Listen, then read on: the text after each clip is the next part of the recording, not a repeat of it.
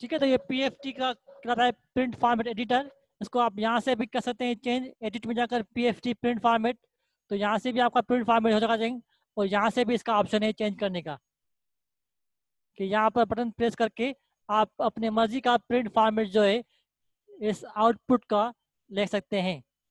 जैसे यहाँ से मैंने इसको सबको रिमूव किया, और ये एग्जीक्यूशन का बटन है यहाँ पे येलो कलर का, ये मैंने बटन यहाँ से प्रेस किया। अब यहाँ से मुझे सपोज मुझे कैटलॉग कार्ड बनाना है लाइब्रेरी का। जैसे कैटलॉग कार्ड हम देखते हैं ISB के हिसाब से या ACR2 के हिसाब से, कि कैटलॉग कार्ड में सबसे पहले जो होता है हमारा कार्ड नंबर होता है। ठीक है, तो कार्ड नंबर शो करने के लिए 082 फीट इस्तेमाल होती है।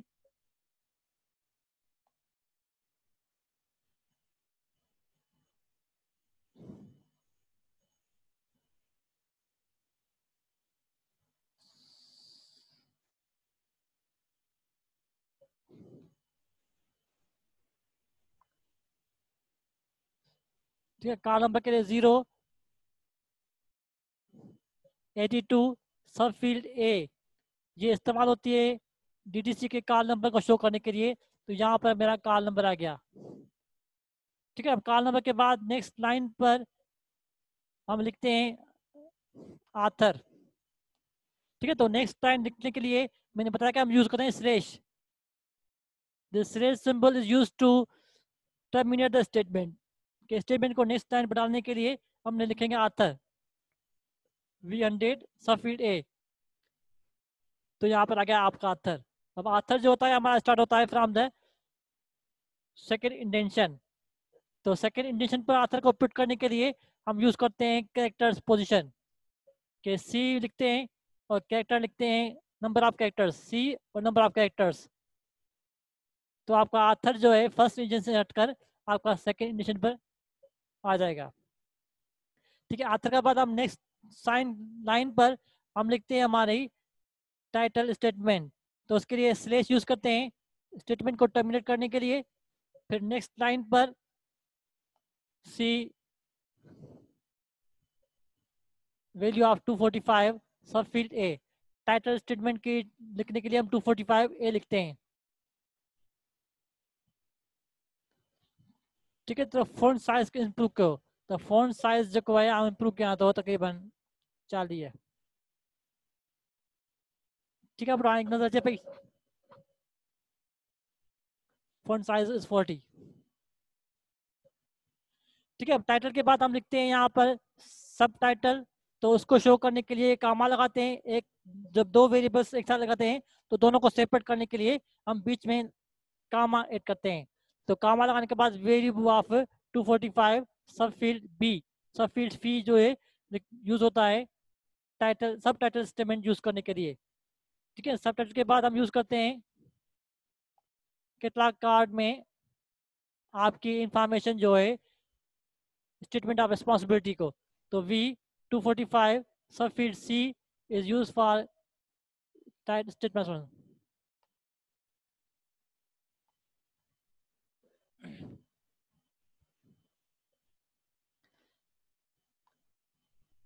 ठीक है, तो कैटलॉग कार्ड्स में अब इसके बाद जो आपकी इंफॉर्मेशन आती है कैटलॉग कार्ड्स के अंदर, वो आपकी आती है इंफॉर्मेशन के हाइफन डैश। ठीक, तो हाइफन डैश जो है ये these are not the variable fields. Hyphen dash variable fields नहीं होती, ये कैरेक्टर्स कहलाते हैं, कांस्टेंट कैरेक्टर्स। इसको कंप्यूटर की टर्म में कहते हैं लिटरल्स कहते हैं। कांस्टेंट लिटरल्स को प्रिंट करने के लिए हम यूज करते हैं डबल कोटेशन मार्क और सिंबल्स और double quotation mark over. Edition के बाद आती है, तो एडिशन के लिए सब एक नंबर यूज होता है 250 वैल्यू ऑफ 250 सब फील्ड A। ये इस्तेमाल होता है एडिशन को शो करने के लिए।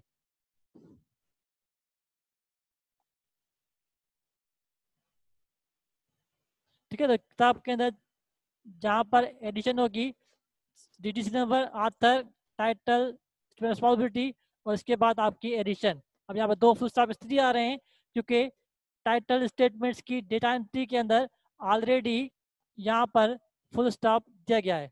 अगर यहाँ से मैं फुल स्टॉप को करूँगा रिमूव तो आपके इंफॉर्मेशन में एक ही फुल स्टॉप आएगा। ठीक है। एडिशन के बाद हम लिखते हैं पब्लिकेशन। ठीक है, तो पब्लिकेशन लिखने के लिए दोबारा से लिखते हैं hyphen dash value of 260 subfield A for publisher, value of 260 subfield C for publisher, and value of 260 subfield C for year। तो ये आपकी इनप्रिंट इंफॉर्मेशन जो है हो गई शो।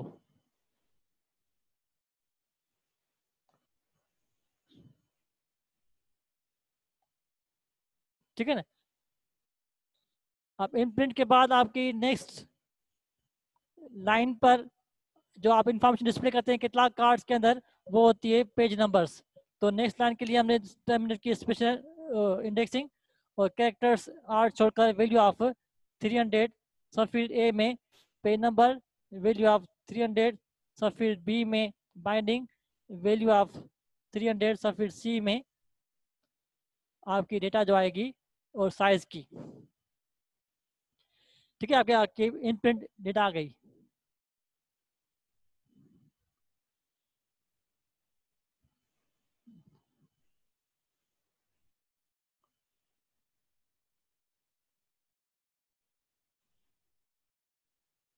जूम करें,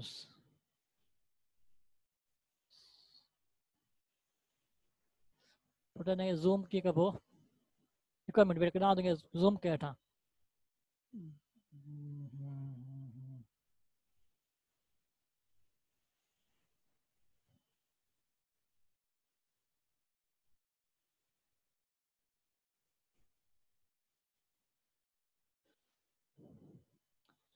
एडिट में print format new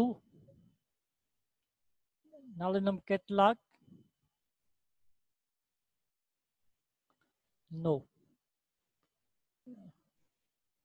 value of 020 082 subfield ए। ठीक है, प्रिंट फॉर्मेट में ये कैटलॉग जो फॉर्मेट अच्छी हो, जो कैटलॉग जो फॉर्मेट्स में मुझे नक्शे के शो के हुआ।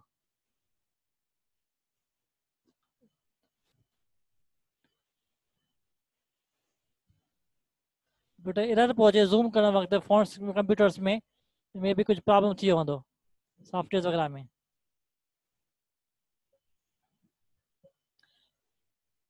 इन कई फोन्स जेके जूम कोन थियनि।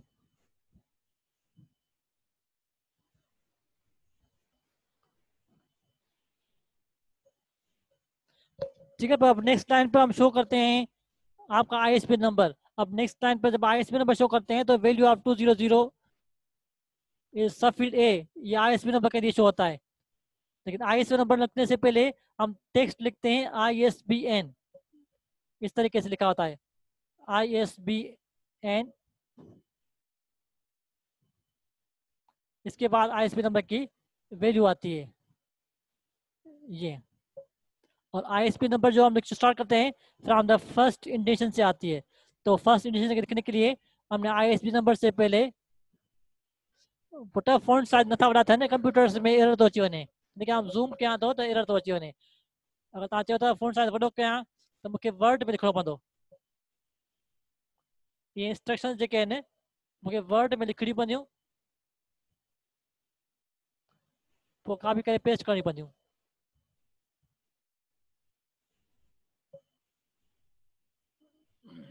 हिते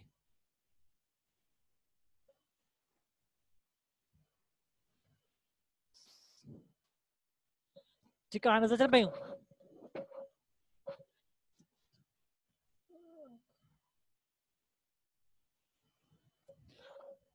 पुट इंस्ट्रक्शंस हाणे नज़र अचनि पयूं। ठीक है पुट। ठीक है, कैटलॉग में हम आईएसबी नंबर लिखते हैं, आईएसबी नंबर के बाद उसका नंबर आता है, उसके बाद उसकी बाइंडिंग आती है। तो बाइंडिंग के लिए हम लिखते हैं V020 सब फील्ड बी और बाइंडिंग। उसके बाद प्राइस आती है, तो प्राइस के लिए सब फील्ड क्यू यूज करते हैं मिसाल में। ठीक है, तो अब इंस्ट्रक्शंस को जब मैं यहाँ पर प्ले करूंगा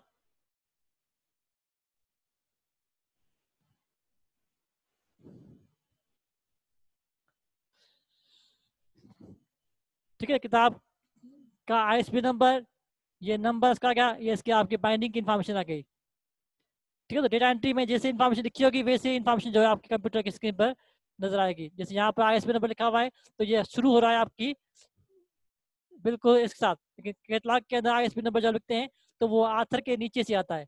तो उसके लिए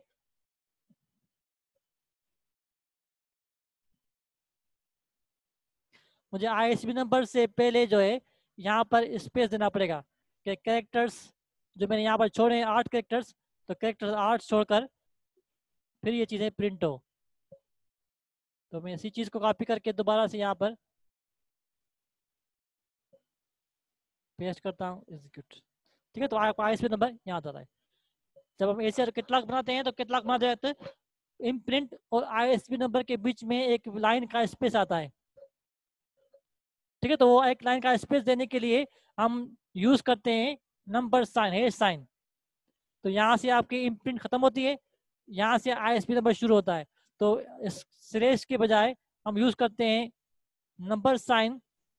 तो ये नंबर साइन जो है एक किस्म का हॉरिजॉन्टल स्पेस जो है वो ऐड करेगा आपके डिस्प्ले के फॉर्मेट के अंदर। ठीक है, तो आईएसबी नंबर आपका नीचे से आ गया। ठीक है, आईएसबी नंबर के बाद हम लिखते हैं नेक्स्ट लाइन पर नोट्स। ठीक है, नोट्स के लिए हम यूज करते हैं नेक्स्ट लाइन, फिर सेकंड कंडीशन पर कैरेक्टर 8 छोड़कर वैल्यू ऑफ 504 सब फील्ड ए। ये 504 जो है बिब्लियोग्राफिकल नोट्स को डिस्क्राइब करने के लिए इस्तेमाल होता है। तो बिब्लियोग्राफिकल नोट्स को लिखने के लिए हमने यहाँ पर लिखा कि इंक्लूड बिब्लियोग्राफिकल रेफरेंस इन इंडेक्स। ठीक, इसके बाद फिर एक लाइन का स्पेस आता है और एक लाइन के स्पेस के बाद हम यूज करते हैं देने के लिए डबल स्लैश, फिर कैरेक्टर्स 8 छोड़कर सब्जेक्ट लिखते हैं।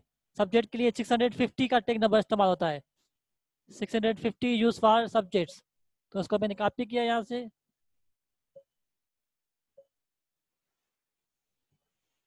तो ये आपका सब्जेक्ट जितने टॉपिक्स के होंगे ये सारे सब्जेक्ट्स आपके आगे सॉफ्टवेयर इंजीनियरिंग वगैरह। ठीक है, तो ये मुख्तलिफ इंस्ट्रक्शंस हैं जो हम यूज करते हैं कैटलॉगिंग उसमें विनाइसिस के अंदर मुख्तलिफ टाइप के बिब्लियोग्राफिकल फॉर्मेट्स बनाने के लिए। ये मैंने आपको क्लास में लिखवाए भी थे कि हम यूज करते हैं we tag number is used to display field information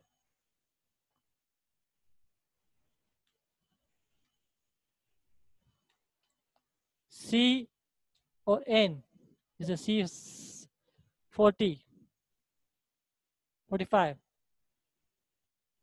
is used to insert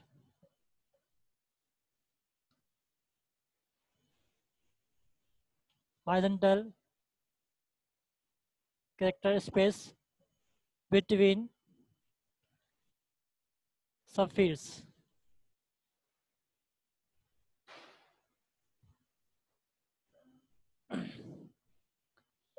ठीक है, इसके बाद double number stack number use करते हैं।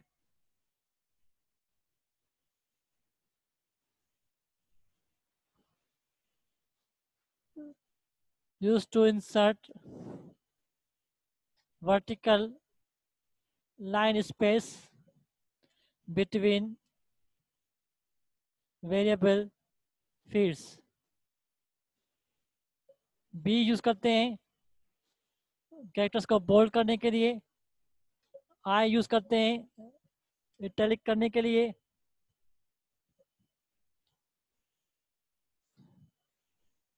CL यूज करते हैं, CL और N मतलब जैसे CL5 नंबर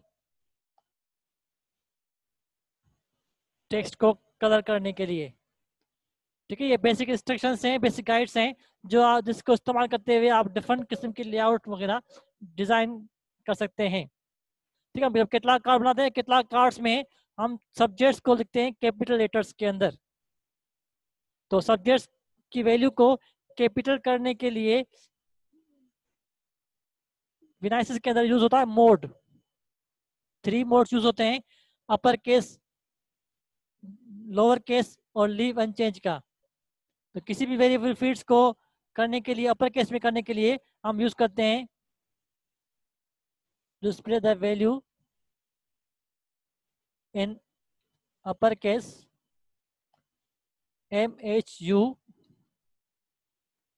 वैल्यू ऑफ 650 सब फील्ड ए।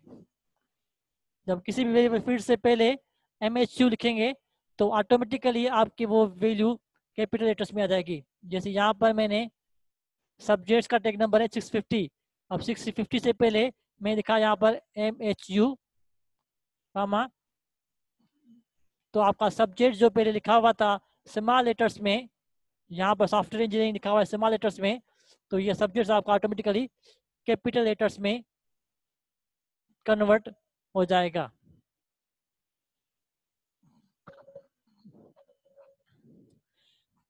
ठीक, इसके लिए यहाँ पर हम लिखते हैं आथर से पहले आथर के मार्क।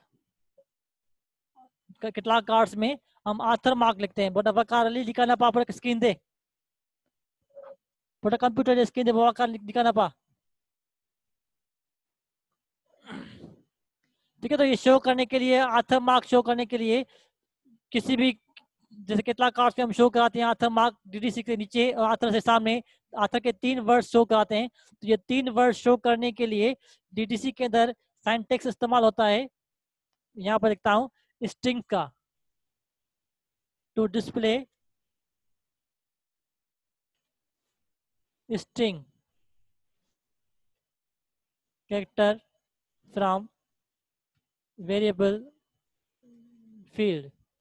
SS लिखते हैं, फिर starting position of string, ending position of string, and then variable field.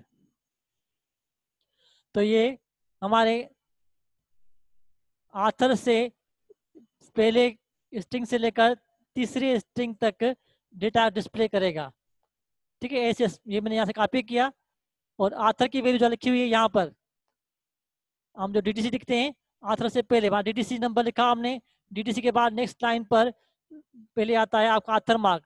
तो यहाँ पर मैं आथर मार्क जो है वो करता हूँ पिट्स, कि मैंने लिखा यहाँ पर SS स्ट्रिंग जो है शो करे पहली पोजीशन का 3 पोजीशन तक किसकी, आथर की वैल्यू की।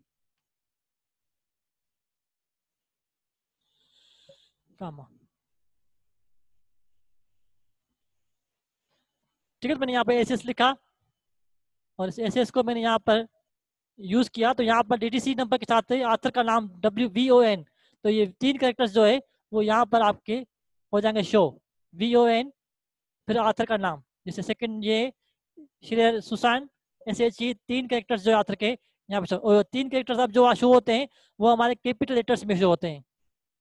तो इन 3 लेटर्स को कैपिटल करने के लिए हम दोबारा वही सेम मोड इस्तेमाल करेंगे जो हम ये कहा MHU। तो हमने SS1,3, तो यहाँ V100 से पहले मैं लिखूंगा MHU इसको कैपिटल करने के लिए। जब मैंने यहाँ पर MHU लिखा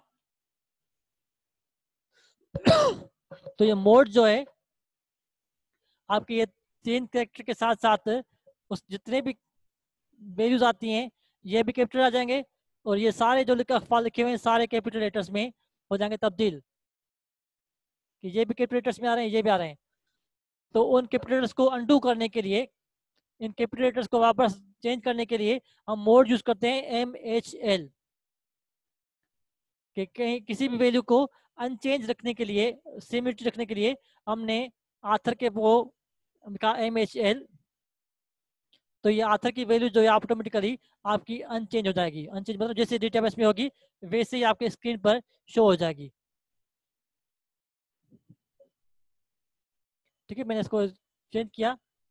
तो सिर्फ SHE आथर के पहले 3 वर्ड्स कैपिटल में आते हैं, बाकी रेस्ट ऑफ द वर्ड्स जो है मैंने इसको MHL के साथ डिस्प्ले करवाया, तो वो आपके शो हो रहे हैं इस तरीके से।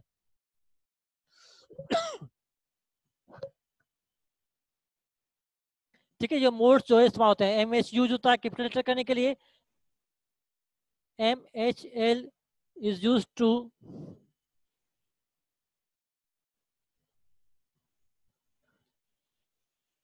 display the text as enter into database, के टेक्स्ट को डेटाबेस में जैसे ही टेक्स्ट नजर आते थे वैसे ही जो है शो करने के लिए 245 एमएसएन यूज करते हैं।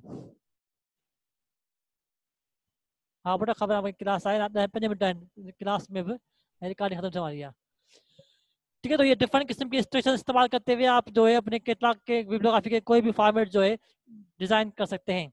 अब इन सब फॉर्मेट्स का आपने प्रिंट निकालना है, पेपर पर प्रिंट करना है या कंप्यूटर पर प्रिंट करने हैं। Sir string means but string जो मतलब होता है डेटाबेस में जेके भी वर्ड्स लिखे होता है ना, हर वर्ड्स के असा स्ट्रिंग चवंदा आहियूं। ये जो लिखे ना सॉफ्टवेयर फेल्यूर रिस्क, त this these are called strings. त हिकु स्ट्रिंग आहे, ॿियो स्ट्रिंग, टियों स्ट्रिंग, चौथों, every word is called string in computer terminology. त इन स्ट्रिंग्स मां कुछ मखसूस वर्ड्स एक्सट्रैक्ट करण जे लाइ असां SS जी कमांड कंदा आहियूं। SS फिर starting position of the string and ending position of the string. जैसे मैं कहा 1 से लेकर 3 तक लिखना है, अगर मैं इसको चेंज करूं 1 से लेकर 3 के बजाय मैं कहूं कि 3 to 5 के 3 थर्ड कैरेक्टर से लेकर 5th कैरेक्टर तक एक्सट्रैक्ट करे, तो वो आपके जो वैल्यू मैंने यहाँ पर लिखी हुई है यहाँ तक की शेरियर की, ये वैल्यूज जो है आपको शो होंगी ERE बजाय के SHE के। मैंने इसको चेंज कर दिया, इसमें ERER। ठीक है, 3 4 5 ये जो कैरेक्टर शुरू हो रहे हैं यहाँ से शो हो रहे हैं, मतलब शुरू के जो खत्म हो गए वैल्यूज वगैरह। तो स्ट्रिंग फंक्शन जो है इस पर्पस के लिए इस्तेमाल होता है कि किसी भी वेरिएबल फील्ड्स में से आपने कोई मखसूस कैरेक्टर डिस्प्ले कराने हैं तो वो आप स्टार्टिंग और एंडिंग पोजीशन के साथ शो कर सकते हैं।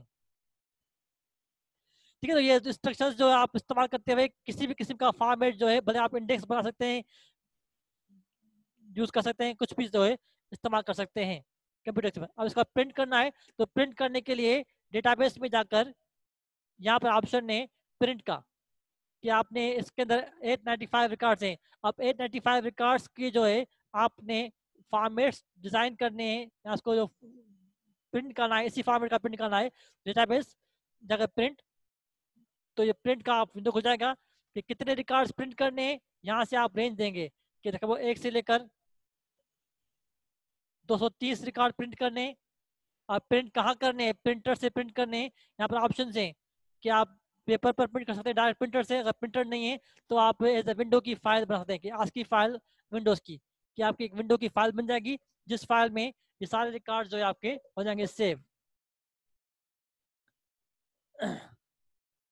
ठीक है, आपने प्रिंट आपने किस फॉर्मेट में करना है, जो फॉर्मेट मैंने आपको बनाया था अभी इसी फॉर्मेट को आपने प्रिंट करना है तो आप उस फॉर्मेट को यूज कर सकते हैं। जैसे ये फॉर्मेट मैंने आपको बनाया यूज, इस फॉर्मेट का आपने प्रिंट करना है तो ये फॉर्मेट मैंने यहाँ से कॉपी किया, डेटाबेस प्रिंट, यहाँ से मैंने रेंज दी 1 से लेकर 250 और ये विंडोज़ की फाइल मैंने सेलेक्ट की और ये जो फॉर्मेट मैंने दिया है कि इसी फॉर्मेट को रिकॉर्ड्स को प्रिंट करें।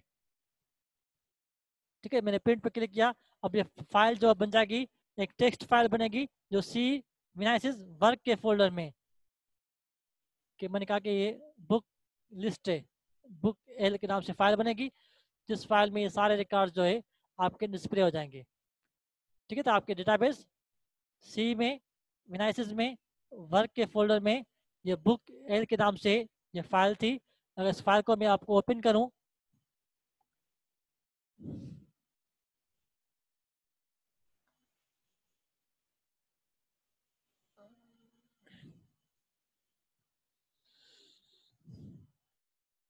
तो जितने भी रिकॉर्ड्स डेटाबेस के अंदर हैं सारे रिकॉर्ड्स इसी फॉर्मेट्स के अंदर जो है प्रिंट हो गए। ठीक है, तो इसे डेटाबेस में फॉर्मेट की आप कोई भी फॉर्मेट्स बनाकर जो है डिस्प्ले करा सकते हैं इस PFT के एडिटर को इस्तेमाल करते हुए। ठीक, फिलहाल आज की क्लास तक यहाँ तक की। नेक्स्ट क्लास में हम उसके चौथे कंपोनेंट्स को डिस्कस करेंगे कि how to search information from database, कि डेटाबेस में से इन्फॉर्मेशन जो है किस तरीके से हम खत्म करेंगे। ठीक है बेटा, एनी क्वेश्चन? जी बेटा, I know there a class, आपकी मैडम की क्लास हो रही 10:30 बजे। ठीक है बेटा, एनी क्वेश्चन?